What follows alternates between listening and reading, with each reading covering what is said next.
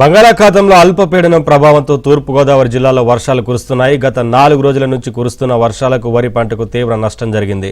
అనపర్తి మండలంలో 500 ఎకరాలు, బిక్కవోలు మండలంలో 3690 ఎకరాలు, కడియం మండలంలో సుమారు 70 హెక్టార్లలో వరి పంటకు నష్టం జరిగినట్లు అధికారులు గుర్తించారు. పంట నష్టపోతే ఏం చేయాలి అనే దానిపైన ప్రిలిమినరీ మార్నింగ్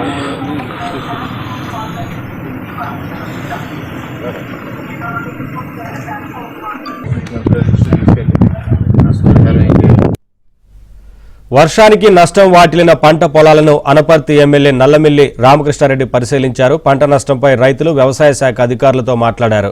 పంట నష్టంపై తమను ఆదుకోవాలంటూ ఎమ్మెల్యే నల్లమిల్లికి రైతులు విజ్ఞప్తి చేశారు. పంట నష్టంపై సీఎం చంద్రబాబు దృష్టికి తీసుకెళ్లి ఆదుకుంటానని రైతులకు ఆయన హామీ ఇచ్చారు. 7, 28, 29 ఎక్కువగా ఉంటుందని చెప్తున్నారు. ఇవాళ కూడా ఎక్కువ అని చెప్పారు. ఇవాళ ఎందుకు అదృష్టం కొద్ది, లేకపోతే ఇవాళ ఉదయం నుంచి వర్షం ఉన్నారు.